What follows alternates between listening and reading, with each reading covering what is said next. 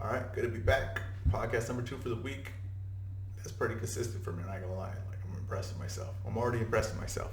I want to make sure I want to make sure I sound good. So when I move back and forth, getting the sound, just getting it good. Just want to make sure I get it good. We got good fights this weekend, so I had to do 2. I did a review last weekend's fights, which were very good.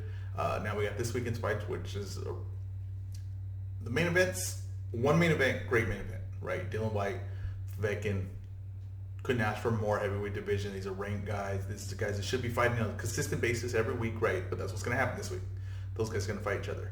The undercard, though, is still in the show of most of these cards. So the PBC card, the undercard is a better fight. ESPN, undercard's a better fight. Why that is, right? That's because, I don't know, for some reason, PBC thinks that Shawn Porter fighting a guy that's not ready to fight him, that's not known, is good business. I don't know why. I don't know if Shawn Porter's really selling like that. Is Shawn Porter Conor McGregor? I didn't know, right? I was unaware. I think Shawn Porter's a very good fighter, excellent fighter, one of the best in the world. But I don't think he sells like that. And I don't think what's the point for Porter's career that he's fighting a guy that no one knows and a guy that really doesn't have any chance against him. Right, but I'm going to break that down. I'm going to break down all these fights, and that's what this podcast is for today. So I'm going to break down all the fights happening this week, and I'm going to let you know my thoughts, who will win, maybe even which way to bet it, right? But let's get going. So on my first one that I'm going to break down, let's see the ESPN card. It's the ESPN card top rank. We got Alvarez versus Joe Smith Jr. Joe Smith Jr. is, he's gotten his fame from being the man that retired Bernard Hopkins, who was 50 years old at the time he beat him. And it's a cool accomplishment for him, but it wasn't Bernard, you know what I mean? It's got to pretty much count the age in. So what being Bernard Hopkins did was give him an invitation to the party, right, with the big boys. I wouldn't consider it as like he beat Bernard Hopkins because he beat an old Bernard Hopkins, but sometimes you need to do that. Pacquiao beat an old De La Hoya, right, to get him in the party. And once he did, he never left, right, conquered it. So sometimes you need that to get you in, and he has that. From there, it's been very lackluster.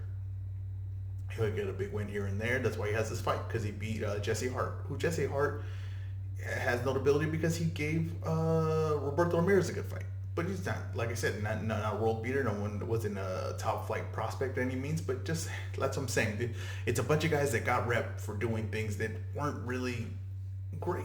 Just notable, I guess, right? So this is what this is. And Alvarez is a superior fighter to him.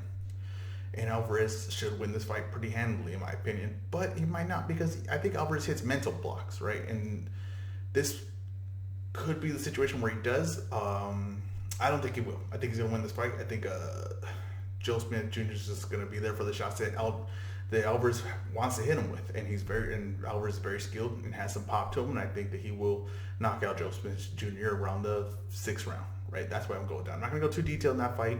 I expect Alvarez to win. I think there's big opportunities with top rank for Alvarez going forward. So I'm going to go with that. Now, what I will go is the undercard, right? And I have some familiarity with the fighter in the undercard, and I think he's a big underdog, and I think that if you bet boxing, this is the man that you should bet.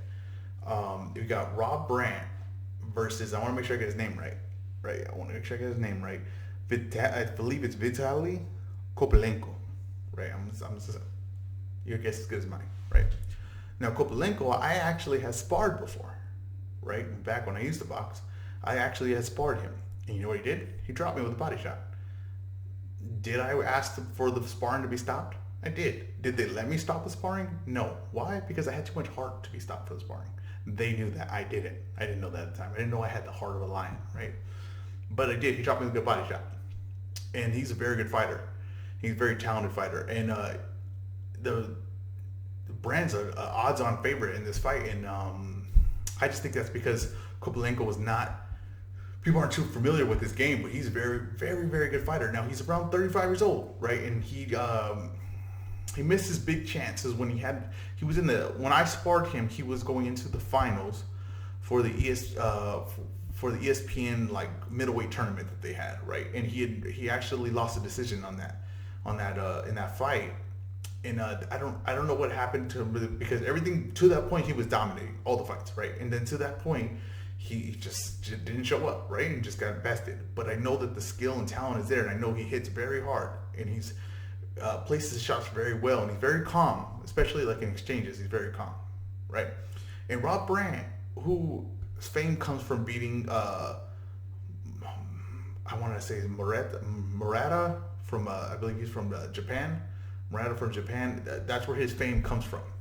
He beat him, and there was a giant upset, and he got the win, and he got signed with Top Rank, and Top Rank still has him on this deal, and they're still treating him as like they're going to build him up a little bit, and this is supposed to be that fight, and I think that this is a miscalculation. Now, Rob Brant's a talented fighter. Only problem with Rob Brant is he makes a lot of mistakes, right? He makes big mistakes, and he does them often, which is interesting, is because he's so active, and because he's so active, it makes his mistakes. It allows his offense to get off, because what Rob Brant does, he gets real straight when he punches. He gets his feet get real straight, and he puts a lot of pressure on you. But he falls forward, he drops his hands, he leaves himself open when he punches, and he actually would be better off picking his spots, right? Because he picks his spots, and there's less mistakes that are to be for someone to capitalize on. But he doesn't do that. He gives you more. He's more active, so the mistakes are more there to be hit. You see him more often. They start becoming more obvious. So I think Rob Brant's going to get started at a fast pace, which he usually does. Move around a lot, hold a lot, punch a lot, just a lot of action. But I think over time, I want to make sure I'm saying his name, Mike. Kopalenko, I hope I'm saying that right. Kopalenko is going to start catching with big shots.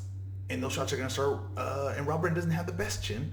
And I think that those shots are going to start wearing him. I think those shots are going to start counting. They're going to start doing damage, start hurting him. And I think that Kopylenko's going to finish him late in this fight. Rob Brant needs to be more patient. And if he's more patient, the mistakes that he makes will be less clear. You won't be able to see him as much, right? His explosion will be more effective. But if what his usually thing is, where he's moving a lot, he's jumping in on you a lot and everything like that, then it starts becoming more obvious. He's just start getting caught with more shots. And I think Kopylenko's not a guy you can get caught with a lot of shots with. So I'm gonna go with the upset here, Kopylenko, right? I'm gonna take him by KO about 7th, 8th round, around that point. I just think that his shots are I think he's gonna land late. And I think his shots are gonna start adding up throughout the whole fight, and then late it's gonna have a lot of situations to land. So that he's a big underdog on this fight. Like if you bet him, I think it's for every 100 you bet, you get 400. So this is a pretty considerable underdog, and I feel like that's just because unfamiliarity with this guy's game.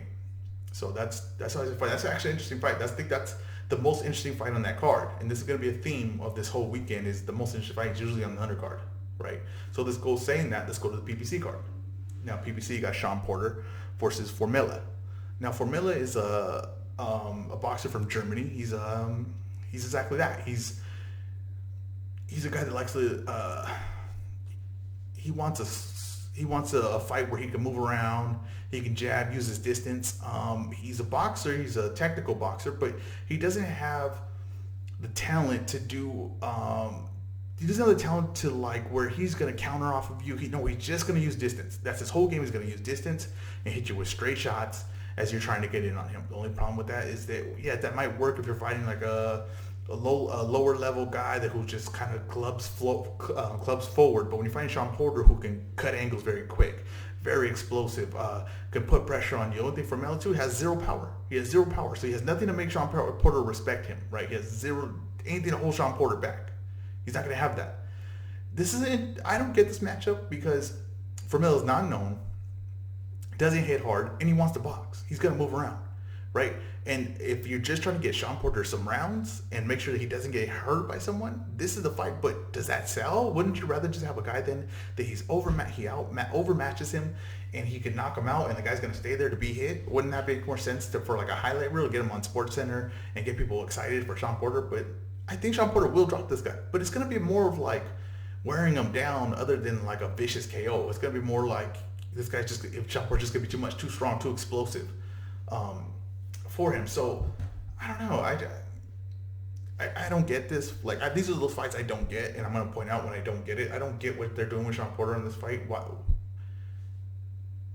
Was Josecito Lopez not available? Was a guy like that Shawn Porter's gonna be favored over, but at least he's the name. At least he's an exciting fighter. Or why not just a legit fight for Shawn Porter? How about that? Just a legit fight.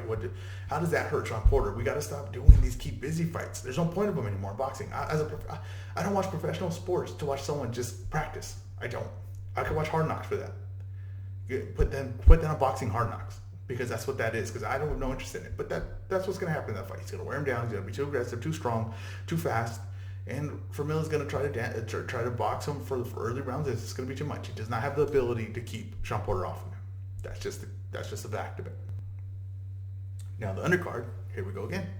Most interesting fight on the undercard. This is actually my matchup of the week. This is the best matchup of the week, and I think it's better than Povetkin Whyte.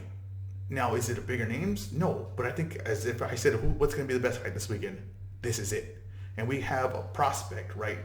Fundora, Sebastian Fundora, who's about 7 feet tall, right? I'm over exaggerating, but he's super tall for a super welterweight, right? He's a super tall. He's about 4, 6'5", probably around there. And I'm not kidding you. He's super long, and he only weighs 147 pounds, 154 pounds.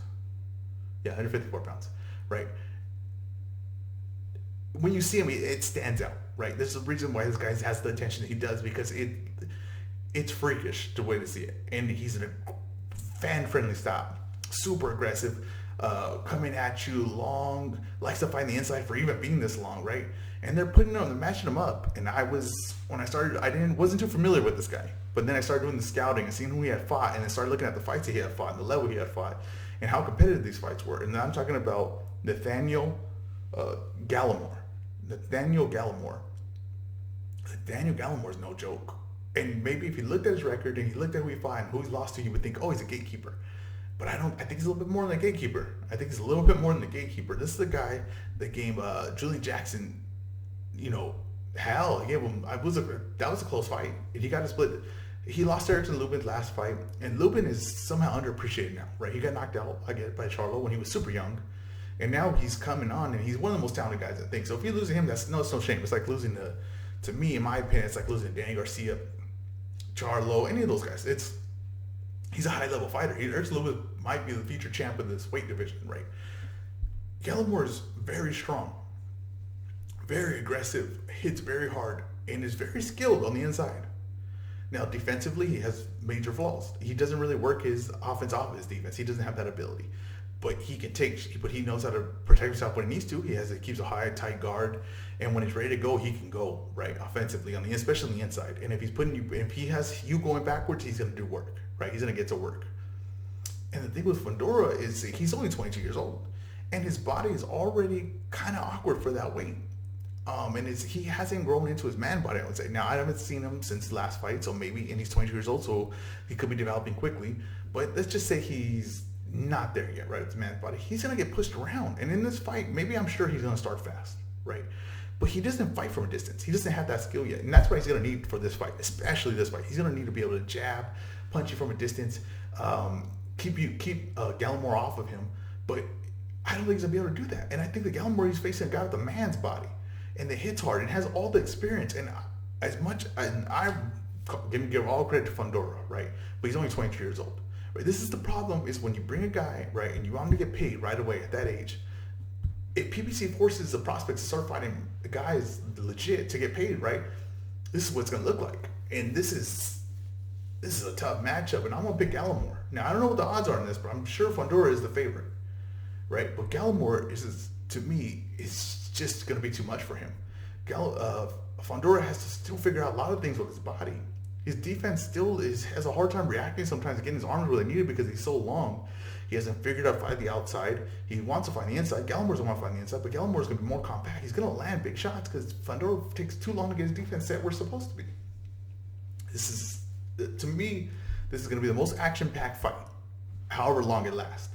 But there's no way this fight goes to decision. I just can't see it. It's just two guys going to be throwing bombs at each other. This is going to be a great fight. If you're going to watch the Porter fight, make sure you show up ready to watch this fight, because this is going to be the action fight. This is going to be the one people are talking about at the end of it. And I'm going to pick Gallimore in another upset. And I think that's an upset. I'm pretty sure it is, because Fundora is a top prospect, and he has all the hype on him. And Gallimore's coming off a few losses. But go back and look at those fights, even the ones he lost. Go back and look at them. Right, besides Erickson Lubin fight, he's competitive in every one of them. So this is a tough matchup. This is all respect to Fundora for taking it. All respect for, if you win this fight, it's not like you're going to go back to being, a prospect. It's just like if you're ready to get going in that weight division. So it's going to be interesting.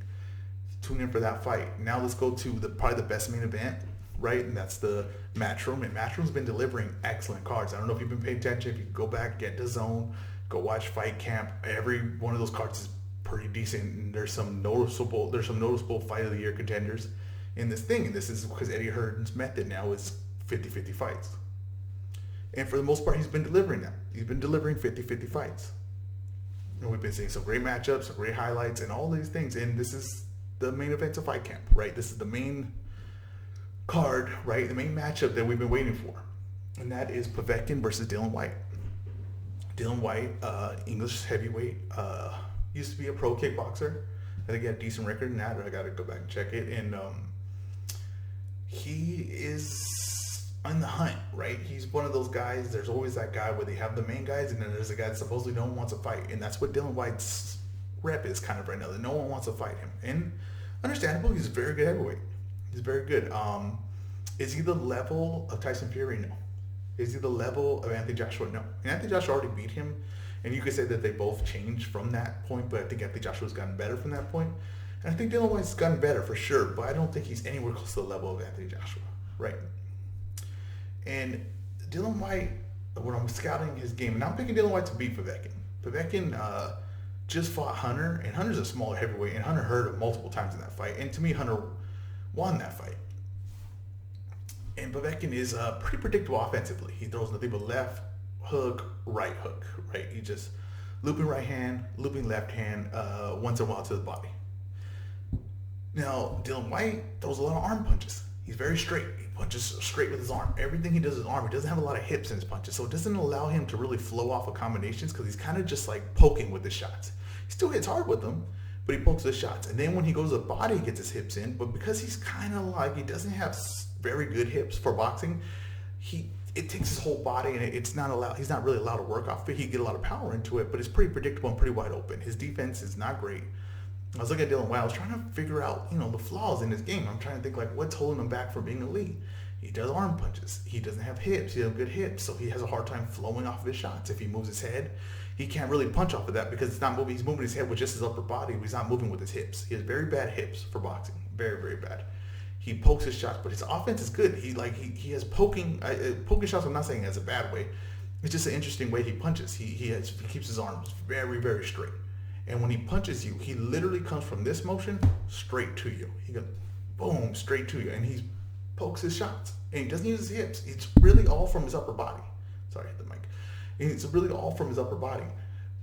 It doesn't allow him to really flow, though, with his offense. He kind of just hits you one, then hits you with the other. And then when he gets to the hip, that's when he uses all his body. But he kind of doesn't have a solid technique with it, so it takes all his body to dig through. I'm going to pick Dillian Whyte in this. I think Dillian Whyte's going to land too much. I think Povetkin's defense is very terrible. He's very stiff. Even for a short guy, he doesn't flow with his head or anything like that. So I'm going to pick Dillian Whyte. I think Dillian Whyte's going to win. I think he'll break him down eventually. I think he'll stop him eventually in this fight. I think it's going to be an entertaining fight. It will have its moments, right? And Dillian Whyte's not, unhittable, so I think he might get caught a few times, but I think his power is going to prevail, right? He's a bigger man. Povetkin's been hurt by smaller heavyweights, and Povetkin is, every time he's gotten to like a level higher than middle class level, he's been exposed, right? And I think this is the upper echelon. Dillian Whyte's right there at the upper echelon, and he's going to get exposed. I believe he will get exposed again eventually. First few rounds should be a good, entertaining fight. I think Dillian Whyte does it. Supposedly he has next shot at Fury. That's not going to happen. Okay, Fury's going to fight Deontay Wilder. If he doesn't fight Deontay Wilder, he's going to go fight Anthony Joshua, or he will fight a tune-up fight and then fight Anthony Joshua. He's not fighting Dillian Whyte. They're not going to risk that. As much as Eddie Hearn says he deserves that shot next, I expect another fight for Dillian Whyte before. Maybe he could fight the winner of the fight after that. But he's not going to fight any of these guys next. Unless the Fury fight and Joshua fight falls through, and then Joshua will end up fighting Dillian Whyte. But I don't imagine that's going to happen. It seems like a lot of money to be made, and both parties want it. On the undercard of that, you have now probably the number one women's fighter in the world. Carissa Shield's the number one women's fighter in the world. Number two women's fighter in the world, and that is going to be Katie Taylor. She's actually in a pretty good fight here. It's a rematch with Delfine. Persoon. Delfine Persoon, I believe that's how you pronounce her name. And they rematched it, and it seemed to me like Persoon won the first one, right? That's what it looked like to me. But going into the rematch, the mistakes that Katie Taylor made can be fixed, Right now, Persoon gets a lot of forward momentum. We have this common expression like, he has an awkward style. There's an awkward style. I don't know. I think it's overused a little bit. It's just a different style than what I guess someone else does, but I don't know if that's awkward. I just think that's just a different style. There's multiple styles, and this person uses a certain style, and she gets real straight, and she punches straight shots, and she comes forward to you as she does it, right? And if you fall back, she's going to land shots, and she's pretty good size, so she's pretty confident that she could take a good shot. And she's coming forward at you, and what happens, Katie Taylor fell back, and she allowed the momentum to come towards her. Now, this could be fixed, and I think Katie Taylor has the skills to fix it, and I think Katie Taylor's more skilled and can do more things than Delfine can do. So I believe she's going to make the adjustments necessary. I'm going to count on Katie Taylor's skill. Now, Katie Taylor does the same thing she did before, is when they get inside, if she allows Delfine to choose the pace and choose when she attacks, and she attacks when after Delphine's attacks, well, she might lose this fight because Delphine's very experienced. She has like 44 fights, and she's a very experienced fighter, and she's very comfortable in her style, and that's what the key is boxing, is getting very comfortable in your style. Even if your style is a little bit different than what everybody else is doing, as long as you're comfortable with it and you know how to attack and use it and apply it, well, then you're going to be effective. And Katie Taylor has a skill, but she's got to make sure she knows how to apply it to every style, and I think she got to make sure she's choosing the pace, she's choosing her spots, and when Delfine starts to get going, wrap her up, move around her, don't move straight back. There's points where you can stop her game. Don't allow her to work. And when she starts flurrying, cover up, grab her. Don't flurry with her, because it's not just a 50-50 fight at that point. And she's more comfortable. She's punching straight down the middle. She's very comfortable in that scrap, and she's taller, so her shots are coming down with you at full force.